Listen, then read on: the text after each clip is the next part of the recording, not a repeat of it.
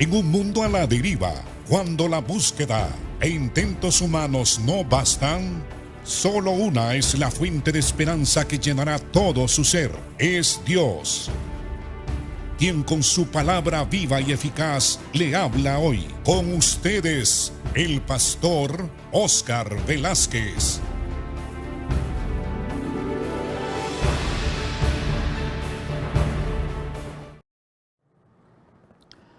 Dios les bendiga, amados hermanos, bienvenidos al programa Viva y Eficaz.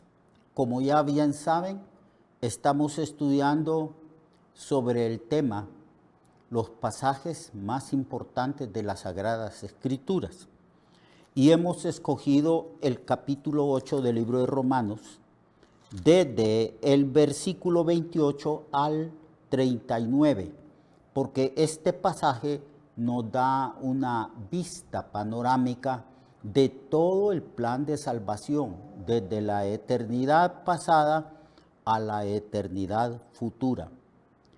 Por eso hay algunos estudiosos de la Biblia, teólogos, pastores y predicadores de gran experiencia, que le llaman a este pasaje la cadena de la salvación. Otros le llaman la cadena de oro del plan de salvación de Dios. Porque Dios ideó este plan antes de que existieran las galaxias, antes de que existiera la tierra y nosotros viniéramos a la vida. Desde antes de la fundación del mundo, Dios planificó, hizo un plan para salvarnos y un plan para manifestar su propósito. Y no solamente eso, sino un plan para que a través de esa manifestación de su propósito, el nombre de Dios sea exaltado, glorificado por los siglos de los siglos, y su gracia sea manifiesta y conocida por todos aquellos que son objetos de su salvación. Y estuvimos dando un repaso el día de ayer sobre esos eslabones que forman esta cadena de salvación o esta cadena del plan de Dios. Cuando nosotros los hombres planificamos, establecemos en primer lugar un propósito. Luego, entonces, ¿cómo alcanzar ese propósito? ¿Cómo alcanzar esa meta?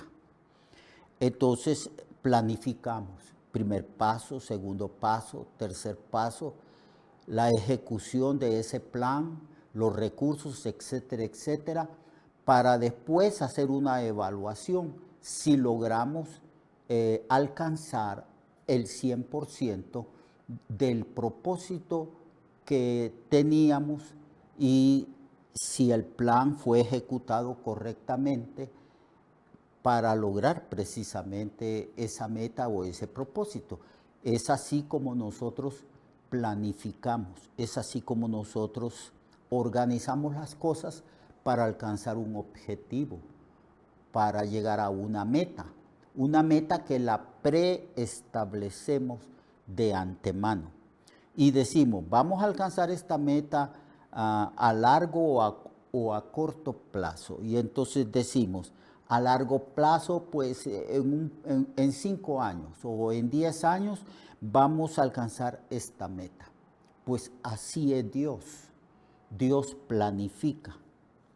Solo que como Dios es infinitamente sabio e infinitamente poderoso, para Él no hay nada imposible. Y como es infinitamente inteligente, su plan tiene que ser perfecto. Porque como la naturaleza y las características divinas es que es un Dios perfecto, por lo tanto Dios siempre hace las cosas de una manera perfecta. Y como es infinitamente poderoso, la Biblia dice que Dios es todopoderoso, entonces su plan que ideó desde antes de la fundación del mundo, tiene que cumplirse. Nadie le puede impedir a Dios alcanzar la meta que Él ha establecido. Nadie le puede impedir a Dios alcanzar los propósitos que Él puso en su corazón y decidió ejecutar las acciones para alcanzar ese propósito, esa meta, ese objetivo. Es Dios. En la Biblia se declara que Él se presenta como el Dios todopoderoso y soberano que ejerce su autoridad en el universo que Él ha creado y nadie puede decirle, ¿qué haces? ¿Por qué lo haces? Porque Él es el Dios infinitamente perfecto, justo, santo y todopoderoso. Entonces Él estableció un plan de salvación. Es perfecto, completamente perfecto, de acuerdo a la naturaleza de Dios. Entonces todo tiene que cumplirse y ejecutarse según Dios nos lo ha revelado en las Sagradas Escrituras. Cristo dijo que ni una jota ni una tilde podrá frustrarse o faltar en la ejecución de esa palabra, de ese plan. Es que estamos tratando con un Dios que todo lo hace perfecto, un Dios que es infinitamente justo, que es un Dios verdadero, un Dios que ama con amor perfecto y un Dios infinitamente inteligente para llevar a cabo todas las cosas de una manera inteligente, y es todopoderoso. Esa es la cadena, aquí hay una cadena, aquí Dios nos revela en su bondad.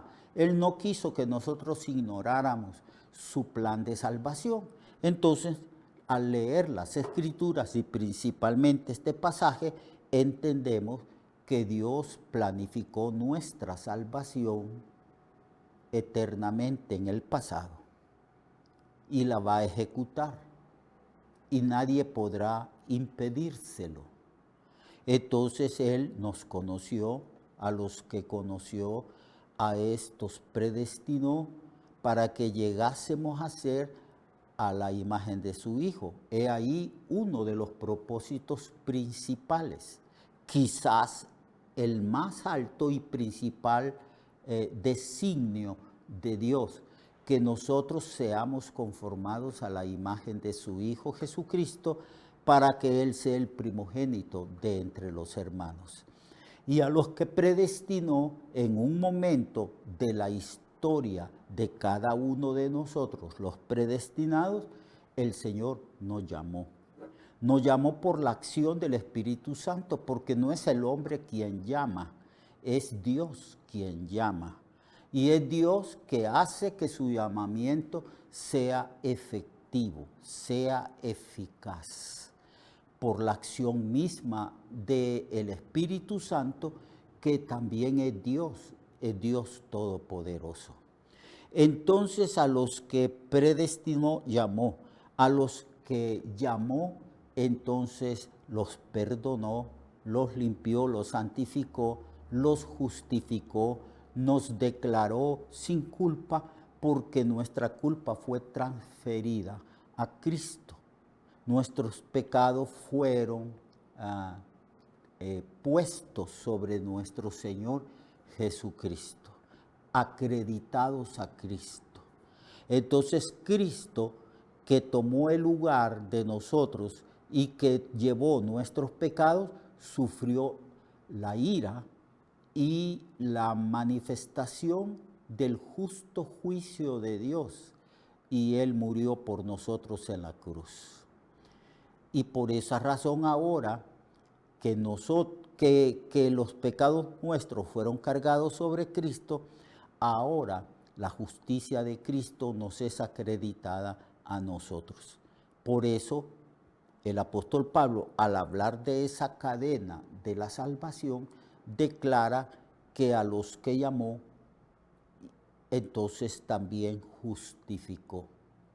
Estamos justificados, estamos a causa de la obra de Cristo en la cruz, hemos sido ya en el tribunal de Dios declarados no culpables, sino inocentes, justos, porque también la justicia de Cristo se nos acreditó a nosotros.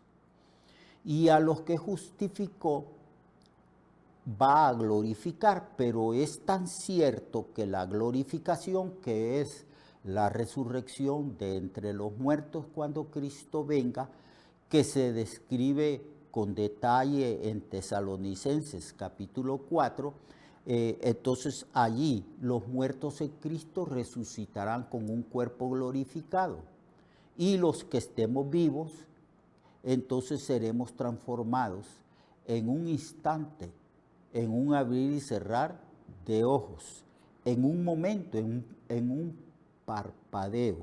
Seremos entonces nuestros cuerpos transformados y todos nos iremos al encuentro del Señor. A esto se le llama la glorificación del creyente. La glorificación se da en ese momento de la resurrección de los cristianos y de la transformación de los cristianos que en ese momento de la historia estén vivos. Pero todavía no se ha llevado a cabo, hermanos y hermanas, esa glorificación. Pero es tan cierto que va a suceder que Pablo escribe como si ya hubiera ocurrido. Dice, a los que justificó, bien pudo haber escrito, a estos el Señor en el futuro los va a glorificar cuando Él venga. Bien pudo haber escrito eso el apóstol Pablo, pero para expresar una seguridad, para decirnos que el plan de Dios es infalible, es perfecto, es inmutable, entonces Pablo dice, a los que justificó, a estos glorificó. Es como si ya hubiera sucedido. ¿Por qué es que escribe en esos términos el apóstol Pablo? Para enseñarnos a nosotros que indefectiblemente nosotros vamos a resucitar y vamos a ser glorificados y estaremos con el Señor para siempre. Ese es el plan de salvación de Dios. Nos conoció, primer eslabón. A los que conoció, a estos predestinó, segundo eslabón. A los que predestinó, a estos llamó, el tercer eslabón. Y a los que llamó, a estos específicamente justificó. Ese es el cuarto eslabón de la cadena del plan de salvación de Dios, ideado y establecido y planificado por Dios desde antes de la fundación del mundo. Y a los que justificó, a estos glorificó. Entonces esto es tan perfecto.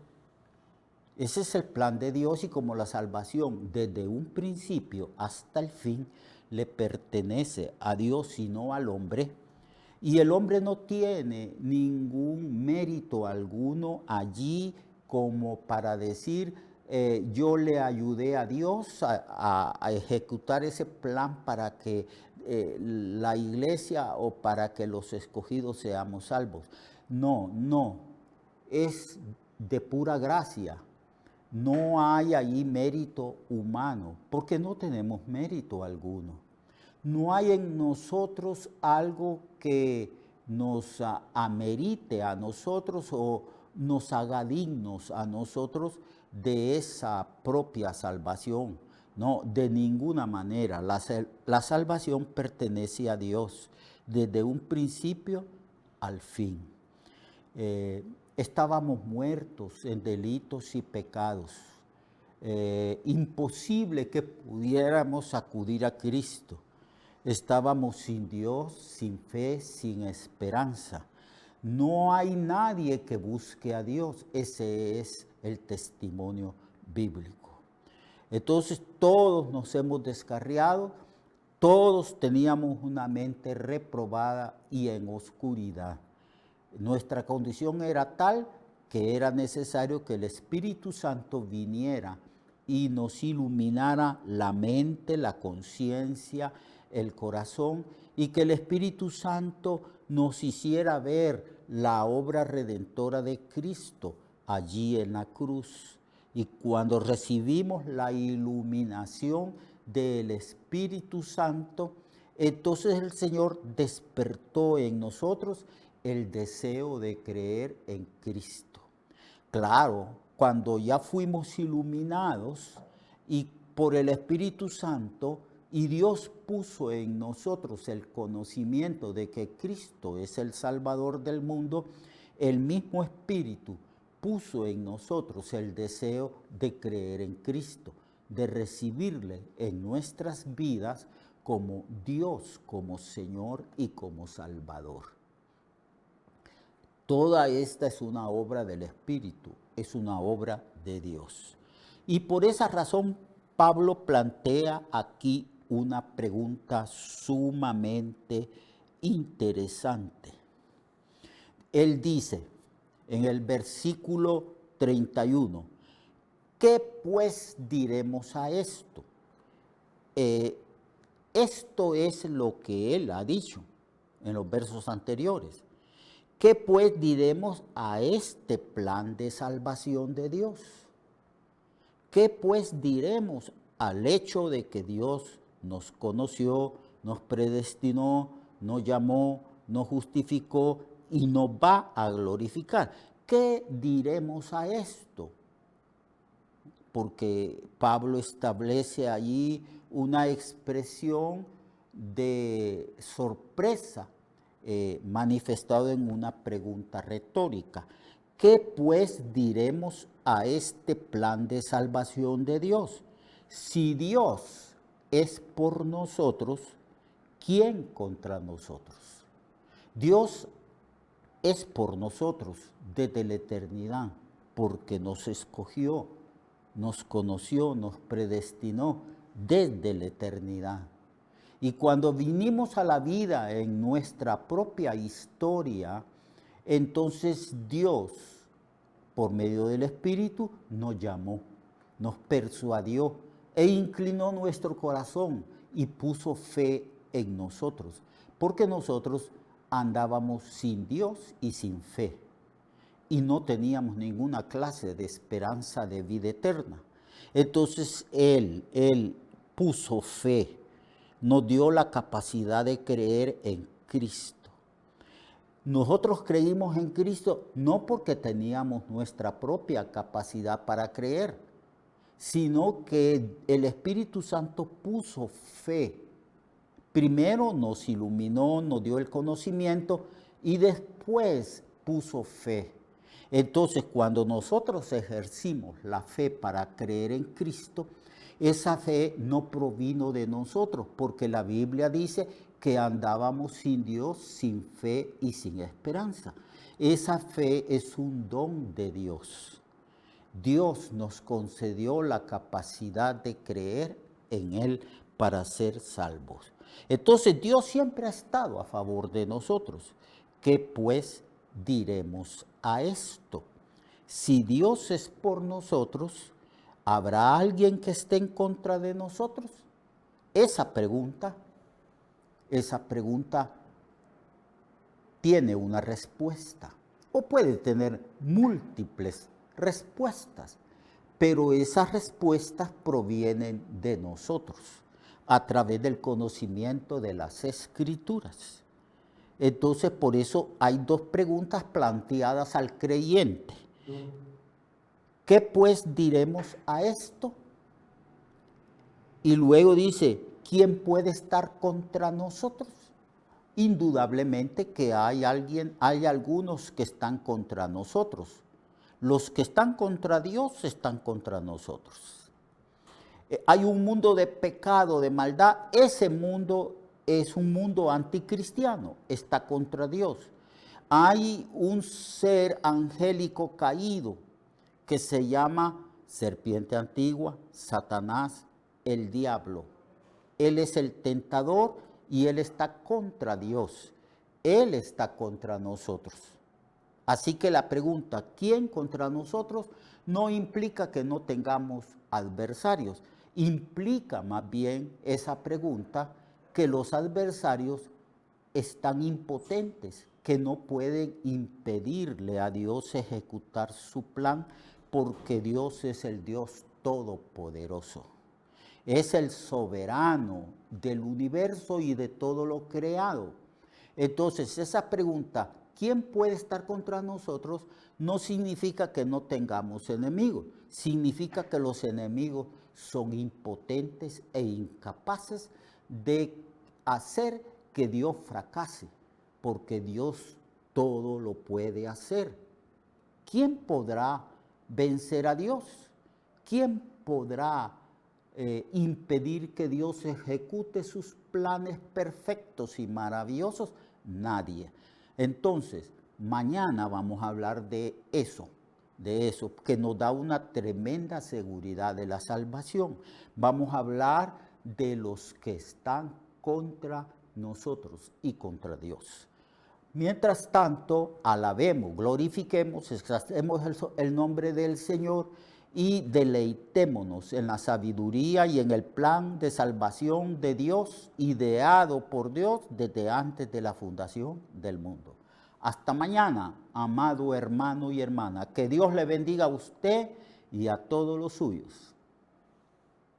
Recuerde que su vida puede cambiar y mejorar, porque la palabra de Dios es viva y eficaz, y más cortante que toda espada de dos filos. Hebreos 4:12. Nuestra oración y deseo es que esta palabra predicada lleve mucho fruto.